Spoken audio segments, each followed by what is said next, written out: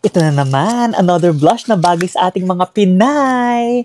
Kasi nga ito, sabi ni Aquarius Girl 8, nag-comment siya doon sa isa nating blush video. MAC Blush Melba, try mo, maganda din siya sa morena skin, di ba? Kasi tayo mga Pilipina, di ba, we're known to have that golden morena skin kissed by the sun. So ito na nga yung Melba Blush from MAC. As you can see, matte coral siya. Kasi the other tutorial, I showed a Milani blush and yung Milani blush is a coral shimmer. So ngayon naman matte, di ba, para sa ating golden morena skin. So I'm using the Rare Beauty Blush Brush and we're just gonna dip it right onto Melba.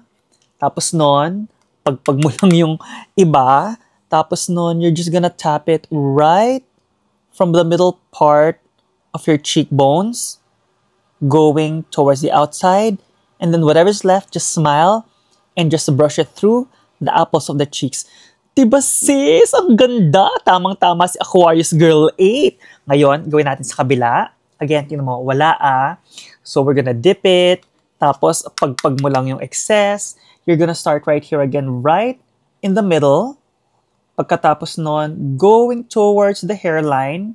Again, apply it right above the cheekbones. And then whatever's left, you just smile and you just brush it through the apples of the cheeks. Lalo na kasi pag coral, ang coral talaga mas na-enhance ang pagka-golden skin natin, ang pagka-morena natin. Diba? O, tingnan mo! Parang ang araw, para siyang coral. Diba? That's why it's known for its warmth. And ganyan lang siya, diba? Blush Melba from MAC. Bagay na bagay sa ating mga Pilipina.